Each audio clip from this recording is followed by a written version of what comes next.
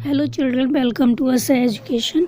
आज हम करेंगे सीबीएसई की 8वीं क्लास की हिंदी की किताब भारत की खोज के चौथे चैप्टर युगों का दौर। इसके हम करेंगे लघु उत्तरीय प्रश्न। तो आइए देखते हैं कि आपका पहला प्रश्न क्या है। तो पहला प्रश्न है, कुषाण काल में बौद्ध धर्म की क्या स्थिति थी। तो कुषाण काल में जो बौद्ध धर्म था वो दो संप्रदायों में बटा हुआ था। एक था महायान और दूसरा था हीनयान। तो कुछ लोग थे वो महायान को मानने वाले थे और कुछ लोग थे वो हीनयान को मानने वाले थे। तो दोनों में क्या होता था, मतभेद उठ खड़े होते थे। तो उनके विचार जो थे वो आपस में नहीं मिलते थे, तो समस्याएं उत्पन्न होती थी और समस्याओं पर विवाद आयोजित किए जाते थे। तो महायान के सिद्धांतों का प्रचार हुआ था चीन में और हीनयान को जो मानने वाले थे वो थे श्रीलंका और बर्मा के लोग। और कुषाणों ने क्या किया, अपना भारतीयकरण कर लिया। तो जो कुषाण थे उन्होंने भारत की जो सभ्यता संस्कृति थी उसमें ही रच बस गए, उसको उन्होंने अपना लिया। अगला है, गुप्त वंश का शासन कब से कब तक था। तो गुप्त वंश का शासन 4वीं शताब्दी के आरंभ से लेकर 150 वर्षों तक रहा था और गुप्त वंश ने उत्तर में एक बड़े और शक्तिशाली राज का शासन किया। तो 4वीं शताब्दी के आरंभ से लेकर 150 वर्षों तक गुप्त वंश ने उत्तर में एक बड़े और शक्तिशाली राज्य का शासन किया। इसके बाद 150 वर्ष तक जो उनके उत्तराधिकारी थे, जो आने वाले जो उनके शासक थे, उन्होंने क्या किया, वो अपने बचाव में ही लगे रहे। इससे उन्होंने अपना जो साम्राज्य था उस पर ध्यान नहीं दिया। उनका जो शासन था वो समाप्त होता चला गया, धीमे धीमे साम्राज्य छोटा होता चला गया। अगला है, हुरों को किसने पराजित किया। तो हुर जो थे उनको कन्नौज के जो राजा थे हर्षवर्धन, उन्होंने पराजित किया। तो हुरों को कन्नौज के राजा हर्षवर्धन ने पराजित किया और उत्तर से मध्य भारत तक एक शक्तिशाली राज्य की स्थापना की। तो जो कन्नौज के राजा हर्षवर्धन थे उन्होंने उत्तर से लेकर मध्य भारत तक एक शक्तिशाली राज्य की स्थापना की। और जो हर्षवर्धन थे वो एक कवि और नाटककार थे। उन्होंने अपनी राजधानी उज्जैनी को सांस्कृतिक गतिविधियों का केंद्र बनाया। और हर्षवर्धन थे, उनकी मृत्यु हुई थी 648 ईस्वी में। संस्कृत नाटकों का संक्षिप्त परिचय देते हुए उल्लेख कीजिए कि कौन है जिन्होंने संस्कृत के नाटक लिखे थे, कौन कौन से उनके प्रसिद्ध नाटक थे। तो जो भास थे उन्होंने 13 नाटक लिखे थे और जो कालिदास थे उनका जो शकुंतला नाटक है वो काफ़ी प्रसिद्ध नाटक है। और शूद्रक ने मृच्छकटिकम लिखा था, विशाख दत्त ने मुद्रा राक्षस नाटक लिखा था और अश्वघोष का नाटक प्राचीनतम नाटक है। तो जो कालिदास थे उनका जो अभिज्ञान शाकुंतलम नाटक है वो बहुत प्रसिद्ध नाटक है। विदेशों पर भारतीय कला का प्रभाव किस रूप में दिखाई देता है।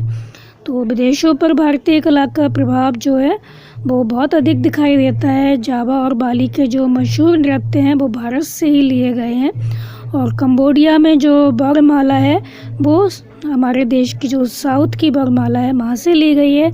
और भारतीय वास्तुकला का जो प्रभाव है वो अंकोर वाट और बोरोबुदुर की जो इमारतें हैं वहाँ पर देखा जा सकता है। भारतीय संगीत ने चीन और सुदूर पूर्व के अलावा एशियाई संगीत को भी बहुत अधिक प्रभावित किया। मथुरा का जो संग्रहालय है वहाँ पर हम बुद्धिस्ट की विशाल जो मूर्तियाँ हैं वो देख सकते हैं। अगला है, अजंता एलोरा की गुफाओं के बारे में आपको क्या पता है, उनके बारे में बताइए। तो अजंता एलोरा की जो गुफाएं हैं गुप्त काल के दौरान खोदी गई थी। तो उनमें क्या है, भित्ति चित्र भी बनाए गए। तो दीवारों पर चित्र बनाए गए, भित्ति मतलब दीवार जो थी उन पर चित्र बनाए गए। तो इन चित्रों को बौद्ध भिक्षुओं ने बनाया था। इनमें स्त्रियों के विभिन्न रूपों को दर्शाया गया है। तो 7वीं-8वीं शताब्दी में ठोस चट्टान को काटकर एलोरा की जो विशाल गुफाएं थी वो बनाई गई। और एलिफेंटा की गुफाओं में नटराज की एक खंडित मूर्ति मिली है। तो जो शिव हैं वो नृत्य की मुद्रा में दिखाई देते हैं। भारत के विदेशी व्यापार पर प्रकाश डालिए। भारत का जो विदेशी व्यापार था, मतलब जो भारत का विदेशों से व्यापार होता था वो काफ़ी दूर दूर तक फैला हुआ था। और जो भारत का कपड़ा उद्योग था वो बहुत अधिक विकसित था। यहाँ रेशमी कपड़े भी बनते थे। और आरंभिक शताब्दियों में भारत में रसायन शास्त्र का विकास अन्य देशों की तुलना में बहुत अधिक हुआ। दूसरे देशों में भारत के जो फौलाद और लोहे के बने सामान थे उनकी बहुत अधिक डिमांड थी, बहुत अधिक मांग थी। कालिदास के बारे में क्या बताया गया है? तो कालिदास संस्कृत साहित्य के बहुत बड़े कवि थे और नाटककार थे। ये माना जाता है कि वो 4वीं शताब्दी के अंत में गुप्त वंश के चंद्रगुप्त जो विक्रमादित्य थे उनके शासनकाल में उज्जैनी में थे। तो चंद्रगुप्त विक्रमादित्य के दरबार के जो 9 रत्न थे उनमें एक कालिदास थे। अगला है मेघदूत में क्या है? तो मेघदूत जो कि कालिदास के द्वारा लिखा गया है, एक लंबी कविता है उनकी। इसमें एक प्रेमी है जिसको बंदी बना लिया जाता है और उसको उसकी जो प्रेमिका होती है, प्रेयसी होती है, उससे अलग कर दिया जाता है। तो जब वर्षा ऋतु आती है तो जो प्रेमी होता है वो क्या करता है, एक बादल को दूत बनाकर अपना प्रेम संदेश जो है वो प्रेयसी तक पहुंचाता है। मृच्छकटिकम क्या है? तो मृच्छकटिकम एक संस्कृत नाटक है जो कि शूद्रक के द्वारा लिखा गया है। तो मृच्छकटिकम माने होता है मिट्टी की गाड़ी। ये एक कोमल और बनावटी नाटक है और यह उस समय की मानसिकता और सभ्यता की झांकी प्रस्तुत करता है। अगला है भारत में कौन कौन से शासन काफ़ी लंबे समय तक रहे? तो मौर्य, कुषाण, गुप्त और दक्षिण में आंध्र, चालुक्य, राष्ट्रकूट के अलावा और भी ऐसे राज्य हैं जो काफ़ी टाइम तक कायम रहे। इनमें लगभग सभी राजवंश जो थे वो देशी थे, कोई विदेशी नहीं था। कुषाणों और अन्य जातियों ने जल्दी ही अपने आप को देश और इसकी सांस्कृतिक परंपरा के अनुरूप ढाल लिया था। तो जो लोग बाहर से आए भी थे उन्होंने क्या किया, हमारे देश की जो परंपराएं थी, सांस्कृतिक परंपरा, सभ्यता, संस्कृति थी, वो उनके हिसाब से चलने लग गए। उन्होंने देश की जो परंपरा थी सांस्कृतिक, उसके अनुरूप अपने आप को ढाल लिया।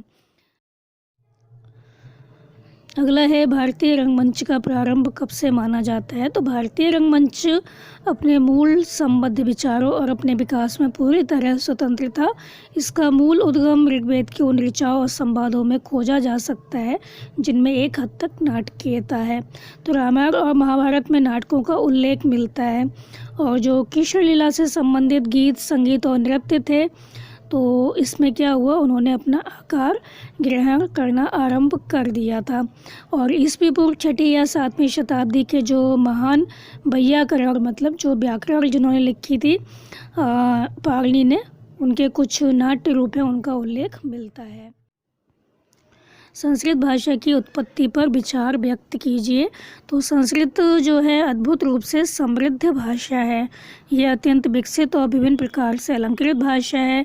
इसके बावजूद यह नियत और व्याकरण के उस ढांचे में सख्ती से जकड़ी है जिसका निर्माण 2600 वर्ष पूर्व पाणिनि ने किया था। तो जो पाणिनि थे उन्होंने व्याकरण पर एक अपनी पुस्तक लिखी थी जिसका नाम था अष्टाध्यायी, जिसमें 8 अध्याय थे जो कि संस्कृत की जो व्याकरण थी उस पर लिखी गई थी। फिर इसका प्रचार हुआ, प्रसार हुआ और यह संपन्न हुई, भरी पूरी और अलंकृत हुई, लेकिन इसने अपने मूल को नहीं छोड़ा।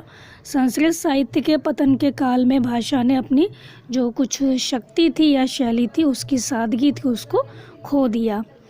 प्राचीन भारत में विकसित जहाज उद्योग पर विचार व्यक्त कीजिए। तो प्राचीन भारत में जहाज़ बनाने का जो उद्योग था बहुत विकसित और उन्नति पर था। उस समय बनाए गए जो जहाज़ थे उनका कुछ ब्यौरेवार वर्णन मिलता है। तो पता चलता है कि उस समय कैसे जहाज़ बनाए जाते थे। तो बहुत से भारतीय बंदरगाहों का उल्लेख मिलता है। 2री और 3री शताब्दी के दक्षिण भारतीय मतलब आंध्र जो है उनके सिक्कों पर दोहरे पाल वाले जो जहाज़ थे उनके चिन्ह अंकित हैं। तो ऐसे जहाज़ मिले हैं सिक्कों पर, ऐसे जहाज़ की आकृति मिली है सिक्कों पर जो कि दोहरे पाल वाले होते थे।